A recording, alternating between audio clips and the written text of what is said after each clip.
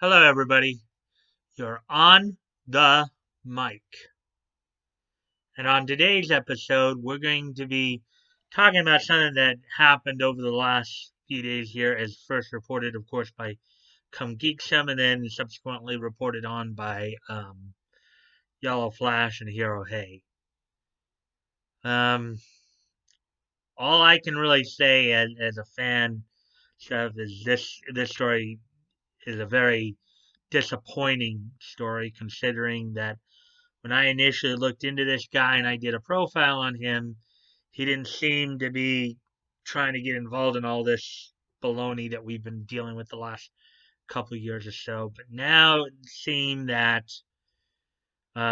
he's apparently changed his tune. I'm talking about, of course, Canadian voice actor Brian Drummond. So this is the gist of what happened. So there's this fan named of it. There's this anime fan by the name of Tim Kester. On Twitter, he's known also as Mr. Sarcasm. So Tim had wanted to. Tim has this thing where as a fan, he offers to make these T-shirts, and on the T-shirts he'll put a number of the different characters that a particular voice actor actress has voiced. He'll put those characters on the shirt and then send them the shirts as a gift. Examples of this have been, of course, David Lodge, the voice of Jiraiya, Daniel Judovich, the voice of Ten in Naruto, and then Steve Staley, the voice of Neji from Naruto, as well as Toshio Hitsugaya from Bleach. Um, with these guys obviously showing their appreciation for Tim's work. Tim had initially wanted to give Brian Drummond one of these shirts. Brian had declined, and if that was just simply it, if he declined, that's not the end of the story, obviously. So he said, okay, well, if you don't like this shirt, what about a coffee mug? Would you, if I made a coffee mug with your characters on it, would you be all right with that? And he goes, now you're, now we got it in quotes. Now you're talking, So Brian seemed very excited to take the gift of a coffee mug with the characters he voiced on it. Well, Tim then replied, "Okay, if you just send me some of your shipping, send me some contact information, some shipping information, I'll get that done and get that out to you." So then, instead of replying back via direct message, he asked for a direct message reply. Instead of replying back direct message, Brian replied to him on Twitter, which is where the disappointing part comes in. So Brian had stated in his Twitter response to him on this issue, well, Tim, I appreciate the fact that you've been a fan of mine, but I cannot accept your gift as I went through your, well, I'm paraphrasing now a little bit here, but I looked through your Twitter profile and found some of your tweets and posts offensive. And then at the end of the post, he gave some hashtags, believe women, Black Lives, BLM and House Trump 2020. First off, I don't know why he'd even be concerned about whether or not Trump was president, considering he's Canadian. Unless he's got a thing for Trudeau or something like that, and doesn't like the fact that Trump's been dumping on Trudeau. But aside from that, whether or not Trump is our president has no bearing on whether or not Brian should accept a gift or not. But now as some of you know, I did a profile, a VA profile on Brian. He was like the third person I did a profile on. When I looked into him a bit, now granted, depending upon what it's for, looking at somebody's profile to see, to see what they post isn't necessarily bad in and of itself. You know, um, some people might call it lurking or whatever, but what Brian did to Tim here, in terms of after initially saying he would accept the gift and then refusing it because he didn't like what Tim some of Tim's posts. That was kind of like, um, especially from a professional point of view, is kind of dumb. The whole problem with what a lot of people in entertainment and sports, when they start making these political statements, whether it's a lot of these voice actors who, whether it's like the voice actors, whether it's comic pros, engaging in cancel culture, or sports figures like Colin Kaepernick taking a knee. You're basically alienating about half of your fans. Well, you can't be a fan of mine. I'm not going to accept gifts from you if you have this particular point of view. That's stupid because you're alienating half of your fans. It's like you're basically telling them, well, you support Trump or you support this particular ideology or what have you, and and I know there was a little bit of confusion there because Tim used the term religious beliefs. Obviously, Brian did not say anything about his religious beliefs. But I think what Tim was actually talking about was more his ideological beliefs or values. And to say that you can't separate that from your fandom is stupid. Okay, I'm sorry, but it's stupid. You know, Now again, I looked into Brian, up until March of this year, Brian had never said anything politically. He only started saying stuff politically in March,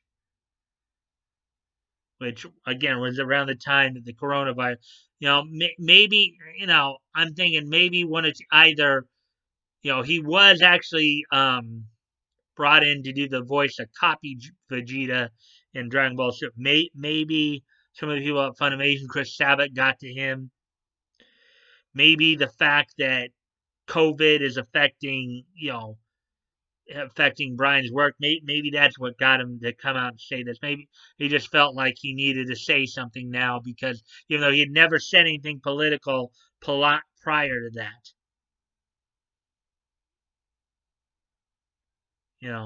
Maybe it felt like, well, maybe by becoming Kick or becoming an SJW, maybe that will help me in this time of crisis. That's kind of cowardly, though.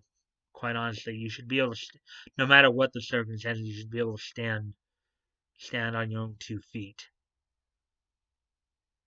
Okay, I'm, as I think I echo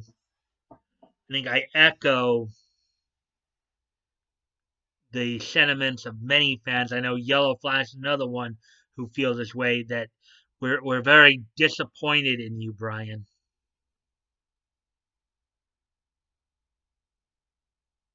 We're very, very, very disappointed in you. A faith of convenience is no faith at all.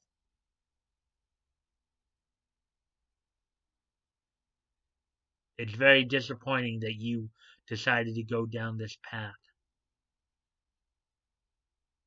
And I think in the end, you're going to regret it because you're basically telling about half of your fans that you don't care about them, that you can't put your own ideology, and I thought you could do this because as I said, I didn't see anything political in anything you tweeted or posted prior to March of this year. I thought you could set your ideological beliefs aside for your fans, and you've just proven me wrong. Now, Me being wrong about whether or not you can set your political beliefs aside, that's not a big deal. I'm glad I did eventually learn now. You know, obviously I won't be promoting you anymore.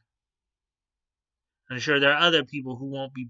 There might be some who might be more inclined to, those on the same ideological spectrum that you are. But you basically just flip the bird to about half of your fans.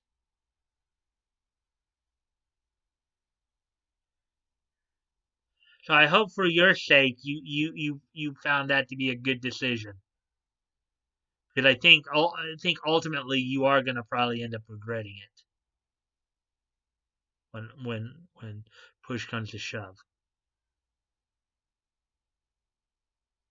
Very disappointing. I'm very disappointed in Brian Drummond. It's very disappointing that you decided to go this route. And I hope you think long and hard about this decision you made. Because even from what I saw on when Hero Hay did a video on this, you're from what they say, you got ratioed pretty bad. You got you got a few likes. You got a lot more comments, and from what I understand, a lot of those comments are not very good comments about it. So I hope you're happy. I hope you're happy with the decision you made. Because you just basically flipped the bird to half of your fans. Just flipped, you know, if you just kept, just kept your political ideology to yourself, you know, people would have probably still liked you for it. In a world where it seems like we can't agree to disagree, if I we can't be a fan of yours because we don't agree with you, or you won't accept a gift from a fan because they have different ideological beliefs than you. That's You're really full of it. You're really full of it.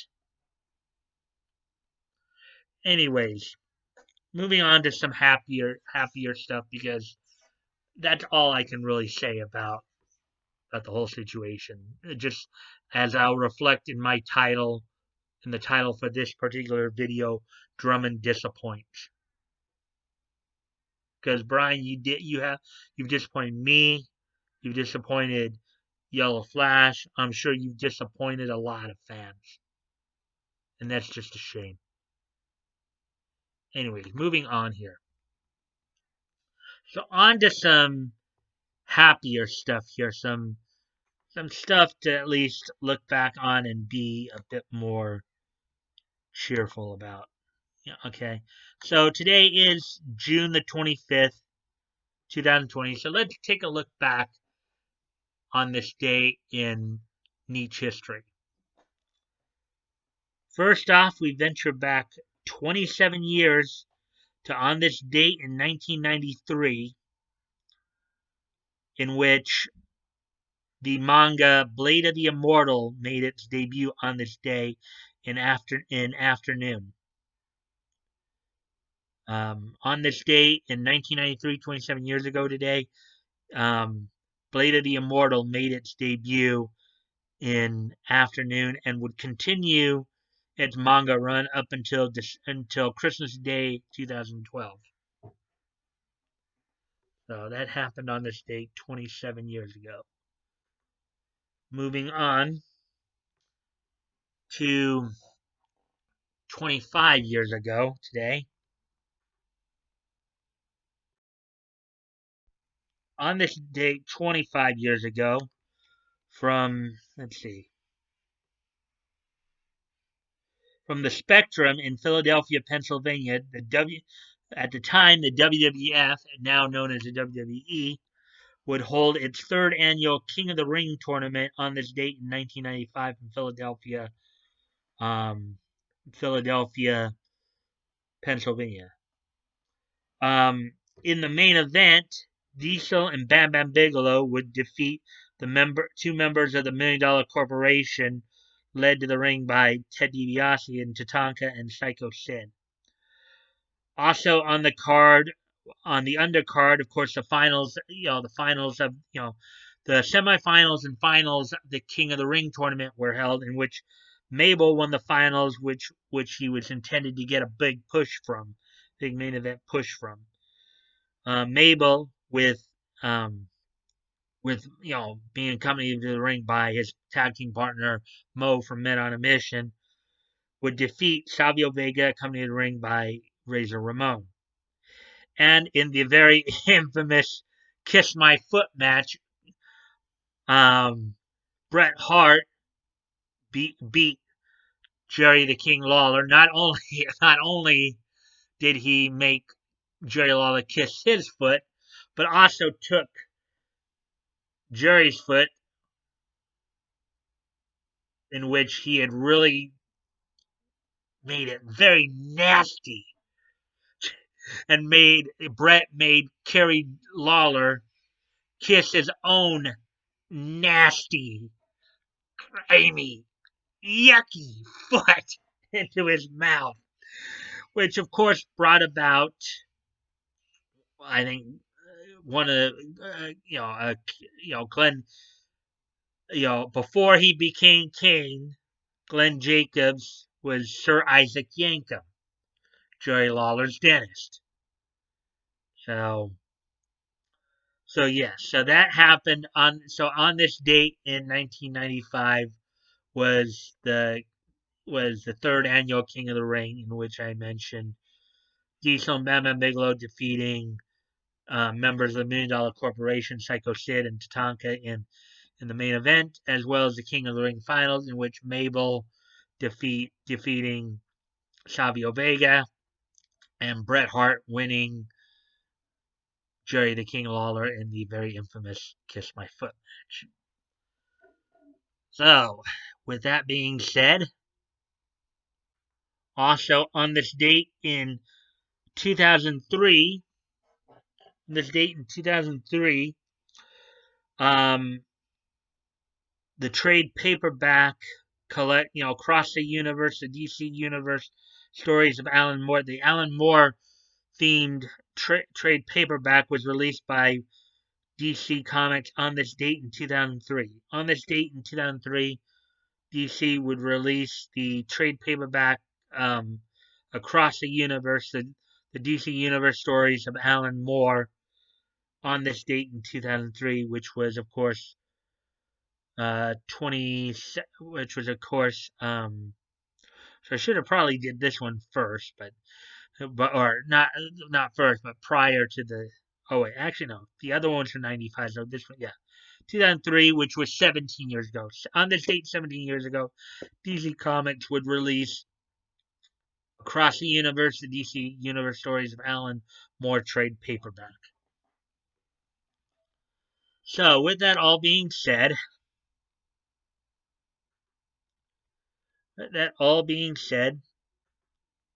as always, guys, if you'd like to contact me directly, you can check out the links below. My Discord link is down there below. You can direct message me. You can check out the Discord. Join if you'd like.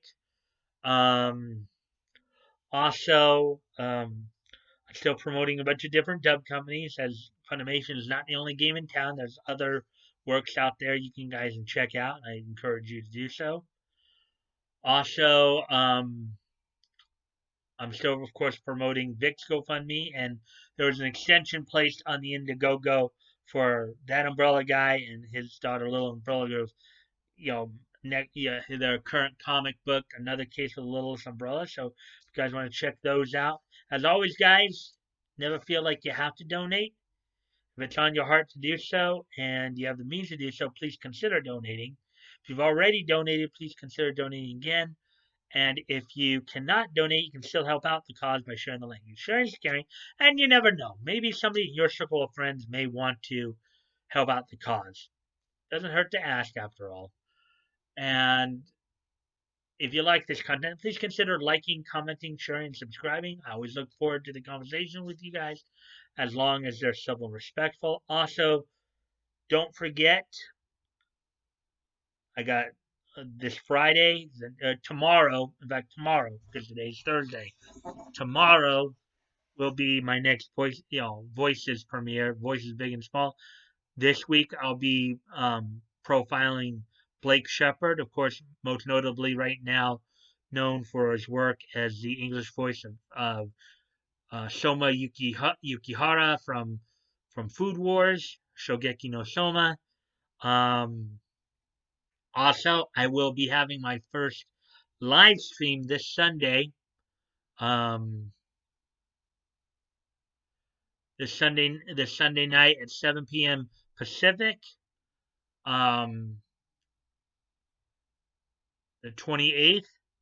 So I hope you guys will come catch it. That will be 7 p.m. Pacific, 8 Mountain, 9 Central, 10 Eastern. So I hope you guys will come and join me for that. You know, um, I may not have a whole lot to talk about as of yet, but I will be willing to answer any if there are anything you guys want to ask. I'll be willing to answer any questions. I'm gonna try to have something to talk about. Obviously, maybe I'll talk a bit about like today's topic with what's going on with Brian Drummond, just the whole idea of cancel culture and the effects it could have. Maybe I'll have some other things to talk about as well. But we'll wait and see. So, anyways, I hope you guys will enjoy this content, and I will see you tomorrow. Bye.